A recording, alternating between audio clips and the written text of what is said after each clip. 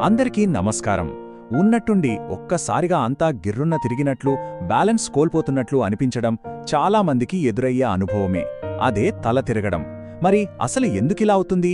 ఈరోజు దీని వెనుకున్న కారణాలేంటి, ఏం చేయాలో సింపుల్గా తెలుసుకుందాం. అవును, జీవితంలో ఏదో ఒక టైంలో దాదాపు అందరికీ ఈ ఫీలింగ్ వచ్చే ఉంటుంది.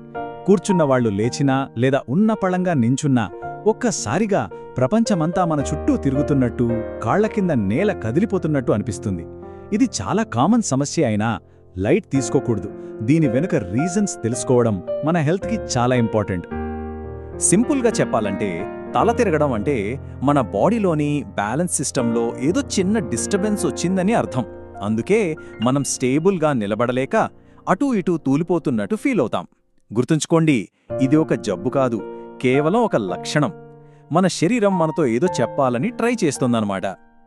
సరే, ముందుగా అసలు ఈ తల తిరిగే ఫీలింగ్ ఏంటి, అది మన శరీరంపై ఎలాంటి ప్రభావం చూపిస్తుందో చూద్దాం. ఓకే, ఈ ఫీలింగ్ ఎందుకొస్తుందో అర్థం చేసుకోవాలంటే ఫస్ట్ మన బాడీ బ్యాలెన్స్ని ఎలా కంట్రోల్ చేస్తుందో తెలియాలి. మన బ్యాలెన్స్ సిస్టంలో అసలు ఏం జరుగుతుందో ఇప్పుడు చూద్దాం. తల తిరగడానికి చాలా కారణాలుండొచ్చు, కానీ వాటన్నిటినీ ఈజీగా గుర్తుపెట్టుకోవడానికి మనం వాటిని ఒక 3 మెయిన్ గ్రూపులుగా విడగొట్టుకోవచ్చు. ఇలా చేయడం వల్ల సమస్యను అర్థం చేసుకోవడం చాలా సులభమవుతుంది. మొదటి గ్రూప్ మన చెవి నరాలకు సంబంధించింది. మన బాడీ బ్యాలెన్స్లో లోపలి చెవిది చాలా కీలకమైన పాత్ర. ఆ చెవిలో ఉండే చిన్న చిన్న క్రిస్టల్స్ వాటి ప్లేస్ నుంచి కదిలినప్పుడు బీపీపీవీ అనే కండిషన్ వస్తుంది. అప్పుడు చాలా తీవ్రంగా తల తిరుగుతుంది. అంతేకాదు, మెడ నరాలు పట్టేసినా లేదా స్ట్రెస్, యాంగ్జైటీ లాంటివి ఎక్కువైనా కూడా ఇలాంటి ఫీలింగ్ కలుగుతుంది.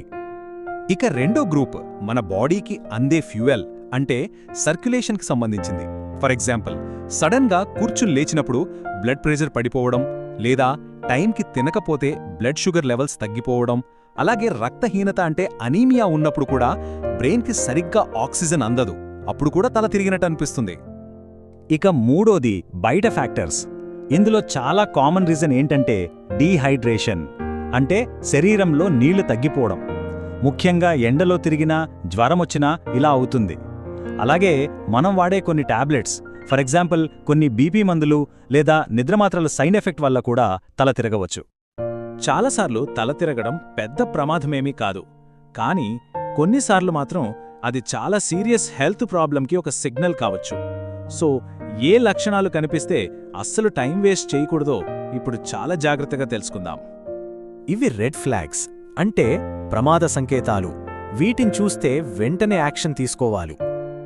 తల తిరగడంతో పాటు ముఖం, చేయి లేదా కాలు ఒకవైపు సడన్గా వీక్ అయిపోవడం, మాట సరిగ్గా రాకపోవడం, ఛాతీలో నొప్పి, విపరీతమైన తలనొప్పి, కళ్ళు మసకబారడం లేదా 1-2గా కనిపించడం, లేదా స్పృహ తప్పిపోవడం, ఈ లక్షణాల్లో ఏ ఒక్కటి కనిపించినా వెంటనే మెడికల్ హెల్ప్ తీసుకోవాలి. ఎందుకంటే ఈ లక్షణాలు స్ట్రోక్ లేదా హార్ట్ అటాక్ లాంటి ప్రాణాంతక సమస్యలకు సంకేతాలు అయ్యే అవకాశం ఉంది. అందుకే వీటిని అస్సలు ఇగ్నోర్ చేయకూడదు. సరే, ప్రమాద సంకేతాల గురించి తెలుసుకున్నాం. ఇప్పుడు నార్మల్గా తల తిరిగినప్పుడు ఏం చేయాలి, అసలు మళ్ళీ అలా అవ్వకుండా ఉండాలంటే ఎలాంటి జాగ్రత్తలు తీసుకోవాలో కొన్ని సింపుల్ టిప్స్ చూద్దాం. ఒకవేళ తల తిరుగుతున్నట్లు అనిపిస్తే ఫస్ట్ కంగారు పడద్దు. వెంటనే చేయాల్సిన పనేంటంటే కింద పడిపోకుండా జాగ్రత్తగా ఎక్కడైనా కూర్చోవడం లేదా పడుకోవడం. దానివల్ల బాడీకి కొంచెం స్టెబిలిటీ వస్తుంది. ఒకవేళ డీహైడ్రేషన్ వల్ల అనిపిస్తే వెంటనే మంచినీళ్లు తాగాలి. అన్నిటికన్నా ముఖ్యంగా సడన్ మూమెంట్స్ అస్సలు వద్దు, నెమ్మదిగా కదలాలి. ఇవి అప్పటికప్పుడు తీసుకోవాల్సిన జాగ్రత్తలు. కానీ అసలు ఈ సమస్య మళ్ళీ రాకుండా ఉండాలంటే లాంగ్ టర్మ్లో కొన్ని స్ట్రాటజీస్ ఫాలో అవ్వాలి.